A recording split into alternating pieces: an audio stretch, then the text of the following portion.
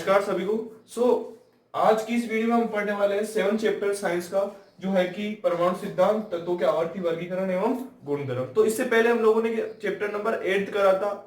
अब सब लोग बोलेंगे कि हम लोग पहले के चैप्टर क्यों नहीं कर रहे, अभी सीधा 7 चैप्टर पे क्यों आ गए। तो उसका एक सॉलिड रीजन ये है कि पहले 8 चैप्टर पढ़ाया, उसके बाद में 7 चैप्टर इसलिए मैं पढ़ा रहा हूँ। अब बोलेंगे कि 5th और 6th चैप्टर क्यों जाया, क्योंकि 7 चैप्टर के जो बेसिक्स है ना, ये जब आएंगे हम लोगों को 7th और 8 चैप्टर की, तब हम लोगों को बहुत ज्यादा फायदा होने वाला है चौथे और पांचवें छठे चैप्टर के अंदर। क्यों? क्योंकि वो जो चैप्टर है इन्हीं पे बने हुए हैं। इस बुक में थोड़ी सी प्रॉब्लम है कि चैप्टर को पहले करना चाहिए था और उनको बाद में, क्योंकि उनमें यौगिकों के नाम है। अब आप लोगों को जब ये नहीं पता होगा कि यौगिक क्या होते हैं, तत्व क्या होते हैं, संयोजकता क्या होती है, एल्केन क्या होते हैं, तो आप लोग वो कैसे कर सकते हैं। इसीलिए मैं पहले पढ़ा रहा हूँ 7th चैप्टर, जो कि है परमाणु सिद्धांत और तत्वों के आवर्ती वर्गीकरण एवं गुणधर्म। तो आज की इस वीडियो में हम लोग ये पढ़ने वाले हैं। मेरा नाम है अमन वर्मा और आप देख रहे हैं रुद्र अकेडमी। अगर आप पहली बार है तो सब्सक्राइब जरूर करें इस चैनल को, ठीक है। अब बात करते हैं परमाणु सिद्धांत की। तो देखिए कि हम लोगों ने 9th क्लास के अंदर एक चैप्टर था हमारा, जिसमें हमने पढ़ा था इलेक्ट्रॉन की खोज, न्यूट्रॉन की खोज, प्रोटॉन की खोज, और उसमें परमाणु मॉडल भी बहुत सारे थे, जिसमें थॉमसन का परमाणु मॉडल था, प्लम पुडिंग का नियम जिसको हम बोलते थे, रदरफोर्ड का नियम था, नील्स बोर का नियम था। तो ये जो है ना अपना इतना चैप्टर, जो परमाणु सिद्धांत 7वां चैप्टर पूरा डिट्टो वो का वही जो हमने 9th क्लास में पढ़ा है। नया क्या है, तो वही नया आएगा हमारे तत्वों के आवर्ती वर्गीकरण एवं गुणधर्म। और ये बहुत इंपॉर्टेंट है, पूरा बेसिक यहीं पे डिपेंड करने वाला है, ठीक है। जिसमें हम पढ़ेंगे कि आवर्त सारणी क्या होती है, आवर्त सारणी कितने प्रकार की होती है, तो वो चीज आएगी। और उससे पहले हम पढ़ेंगे परमाणु सिद्धांत के बारे में, कि परमाणु होते क्या है, किसने इनको बनाया है, वो सब चीजें आज हम इस वीडियो में पढ़ने वाले हैं, ठीक है। पेन को भी निकालिए और नोट्स बनाना स्टार्ट करें। तो आज सबसे पहले हम पढ़ते हैं परमाणु क्या होता है, ठीक है। परमाणु होता क्या है, आज हम ये पढ़ेंगे। तो देखो, परमाणु की सबसे पहली बात करते हैं तो एक छोटा सा एग्जांपल लेते हैं। किसने खोज करी, कैसे क्या खोज करी, वो बाद में बात करेंगे, पहले होता क्या है वो मैं बताता हूँ ना। तो देखो, मान लीजिए कोई एक इतना सा कांच का टुकड़ा ले लिया, ठीक है। इस कांच के टुकड़े को 2 टुकड़े कर दिए, 3 करो, 4 करो, 5 करो, जितने हो सकते उतने कर दिए। एक टाइम आएगा जब पूरा कांच जो रहेगा पीसीज के एकदम पूरा मिक्स होके क्या बन जाएगा, पाउडर, ठीक है। अब उस पाउडर का एक कण लीजिए, अब उस कण को अब बोलो कि इसको और तोड़ो, तोड़ सकते हैं क्या? नहीं तोड़ सकते। अगर दूसरी बात में ले लो, क्योंकि मिट्टी ले ली, अब मिट्टी का एक कण उठा है, अब उसको बोलो भाई साहब तोड़ो, ऐसा करके तोड़ो, टूट जाएगा? नहीं टूटेगा। तो परमाणु एक ऐसी चीज है जिसको हम तोड़ नहीं सकते, जिसको हम विभाजित नहीं कर सकते। मतलब छोटे से छोटा कण, परमाणु का सबसे पहला पॉइंट लिखेंगे हम। मतलब ये जो परमाणु है ना, इसकी खोज एक सबसे पहले करी थी डाल्टन ने, ठीक है। डाल्टन का परमाणु सिद्धांत, चाहे हम इसको ये बोल सकते हैं पहला कि डाल्टन, पहली चीज हम ये पढ़ेंगे, डाल्टन का परमाणु सिद्धांत, ठीक है। सबसे पहली टॉपिक हमारा इस चैप्टर का यही होने वाला है, डाल्टन का परमाणु सिद्धांत, ठीक है। इसकी खोज 1808 के अंदर हुई थी। कब हुई थी? 1808 के अंदर, ठीक है। 1808 के अंदर डाल्टन नाम के एक साइंटिस्ट थे, उन्होंने परमाणु सिद्धांत दिया। उन्होंने परमाणु के बारे में हमें काफी चीजें बताई थी और उन्होंने सबसे पहले परमाणु की खोज करी। उन्होंने 5-6 पॉइंट इसके हमें लिखने पड़ेंगे, कभी कभी क्वेश्चन आ जाता है डाल्टन का परमाणु सिद्धांत। सब ये 9th क्लास में भी आता है, 10th क्लास में भी आता है, और 9th में हमने जो 5 टॉपिक लिखे वो इसी में लिखने हैं। तो सबसे पहला, परमाणु छोटे छोटे कणों से मिलकर बना होता है। इसके नोट्स अगर आप लोगों के पास नहीं हो तो 9th क्लास के जब मैंने लिखवाए थे तो वही लिख लेना। छोटे छोटे कणों से मिलकर बना होता है, छोटे छोटे कणों से मिलकर बना होता है, ठीक है। सॉरी, कौन बना होता है? परमाणु, ठीक है। मतलब परमाणु होते हैं बिल्कुल छोटे छोटे कण जो मिल के आपस में क्या बनाते हैं, परमाणु। दूसरा इसके बारे में हम लिखेंगे कि ये एक अविभाज्य कण होता है। क्या होता है? अविभाज्य कण, अविभाज्य कण होता है। अविभाज्य कण का मतलब क्या होता है भाई?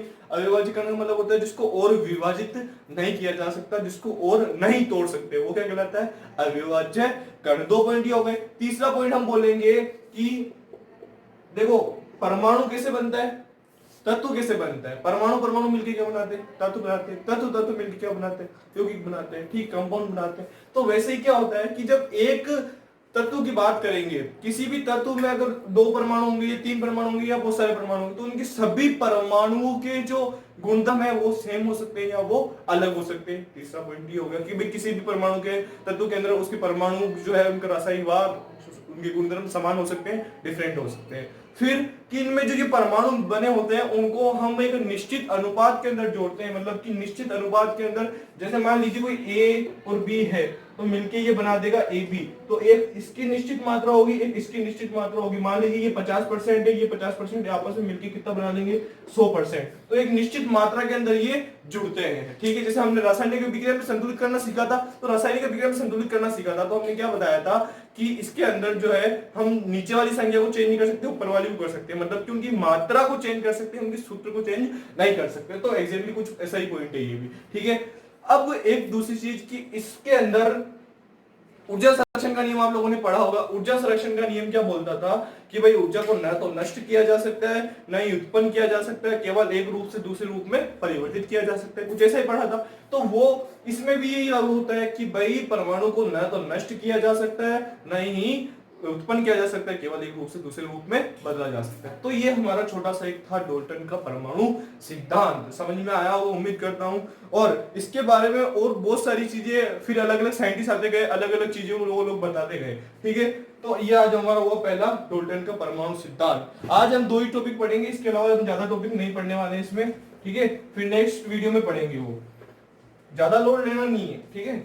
अब दूसरा जो है हमारा थॉमसन का परमाणु मॉडल। थॉमसन का परमाणु मॉडल, थॉमसन का परमाणु मॉडल, या फिर इसको हम और भी बोलते हैं प्लम पुडिंग का नियम। प्लम पुडिंग का नियम, ठीक है। सो अब ये इन चीजों को बताने के लिए सबसे पहले मैं बात करता हूं थॉमसन का परमाणु मॉडल। मतलब थॉमसन ने हमारे बड़े अच्छे साइंटिस्ट थे, उन्होंने क्या प्रोटॉन की खोज करी थी, ठीक है। प्रोटॉन, न्यूट्रॉन, इन सब के बारे में उन्होंने बताया था। और हमने 9th क्लास में पहले पढ़ा है कि इलेक्ट्रॉन की खोज कैसे हुई थी, प्रोटॉन की खोज कैसे हुई थी, वो इलेक्ट्रोड कितने वाले पढ़ा था ना, वो चीजें। तो अब थॉमसन ने क्या है, उन्होंने बोला, वैसे ये जो है ना वैसा फेल हो गए थे, इनका परमाणु मॉडल जो था ना वो फेल हो गया था, लेकिन फिर भी ये हमारे, अब बोलेंगे फेल हो गए तो हम पढ़ना ही क्यों है, लेकिन इन्होंने फेल होने के पीछे हमें बहुत सारी चीजें सिखाई है, ठीक है। सो कैसे हुआ, देखो इन्होंने क्या बोला कि परमाणु जो है हमारा एक ठोस धनावेशित गोला है। क्या है, ठोस। ठोस मतलब पूरा अंदर से भरा हुआ, और धनावेशित गोला मतलब जिसपे प्लस प्लस चार्ज है, ठीक है। और अंदर इसके अंदर बटे हुए हैं सारे माइनस माइनस माइनस इलेक्ट्रॉन धसे हुए हैं। और इन्होंने बोला कि जितने प्लस होंगे उतने ही माइनस होंगे। मतलब मान लीजिए अगर 8 प्लस है तो माइनस ही 8 होंगे, तो बराबर क्या।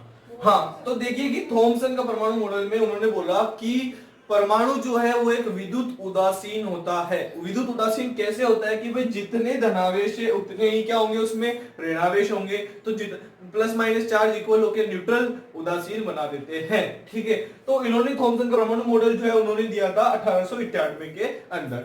डाल्टन का 1808 में आया था, और कुछ टाइम बाद में 1891 में इन्होंने दिया थॉमसन का परमाणु मॉडल, जिन्होंने बोला कि परमाणु एक ठोस धनावेशित गोला है, वो भी 10 की घात -10 मीटर, 10 की घात 10 माइनस मीटर की त्रिज्या का ठोस धनावेशित गोला है, ठीक है। जो कि जिसके अंदर परमाणु में धनावेश जो है बाहर वितरित है और ऋणावेश अंदर वितरित है, बराबर मात्रा के अंदर। अब ये नियम कैसे फेल हुआ था, ये नियम हमारा किन्होंने फेल किया, इसके बाद में एक नए साइंटिस्ट आए थे रदरफोर्ड, उन्होंने इस नियम को फेल कर दिया था। अब ये कैसे हुआ, आप बोलेंगे यार सारी फेल चीजें पढ़ रहे हैं। हाँ फेल चीजें, लेकिन बहुत कुछ सिखा के गए हैं यहाँ पे, इसीलिए सॉरी, इसीलिए हम लोगों को ये पढ़ना जरूरी है। अब इसको प्लम पुडिंग का नियम क्यों कहते हैं, प्लम पुडिंग का नियम इसलिए कहते हैं क्योंकि इन्होंने प्लम पुडिंग का नियम इसलिए कहते हैं कि इन्होंने क्या एज्यूम करा, ये एज्यूमेशन और कुछ भी नहीं है, कि जो हमारा तरबूज होता है ना, उस तरबूज को देखा होगा कि उस तरबूज के अंदर कैसे इलेक्ट्रॉन धसे हुए रहते हैं, बीच बीच में इलेक्ट्रॉन, मतलब कि बीज बीच कैसे बीच बीच में रहते हैं, वैसे ही उन्होंने कहा कि एक वैसा ही रहता है, एकदम ठोस गोला है और उसके बीच बीच में इलेक्ट्रॉन धसे हुए रहते हैं, जैसे कि तरबूज के अंदर बीज रहते हैं, जैसे कि मोतीचूर के लड्डू के अंदर बीच में नुक्तियां रहती है ना, ऐसे भी एज्यूम कर सकते हैं हम इसको। तो इसको प्लम पुडिंग का नियम इसलिए बोला गया है, ठीक है। अब ये नियम फेल कैसे हुआ था, ये नियम फेल हुआ था रदरफोर्ड ने, और वो हम ये नेक्स्ट वीडियो में डिस्कस करेंगे कि रदरफोर्ड ने इस नियम को कैसे फेल किया था। बाकी बहुत मजा आएगा, इसको इतना सा याद रखना है। आज की वीडियो में हमने दो टॉपिक कवर करे, एक तो थॉमसन का परमाणु मॉडल जो अभी बताया 1891 में हुआ था, और एक पढ़ा था हमने डॉल्टन का परमाणु सिद्धांत। दोनों ही हम लोगों ने 9th क्लास में पढ़ रखे हैं, फिर भी मैंने बता दिए। अब कल से आएगा हमारा रदरफोर्ड का परमाणु मॉडल, मोस्ट इंपोर्टेंट, और उसके बाद में आएगा नील्स बोर। तो नेक्स्ट वीडियो में हम लोग दो टॉपिक डिस्कस करने वाले हैं, ठीक है। थैंक यू सो मच पूरा देखने के लिए, और ऐसे ही पढ़ते रहिए, ठीक है।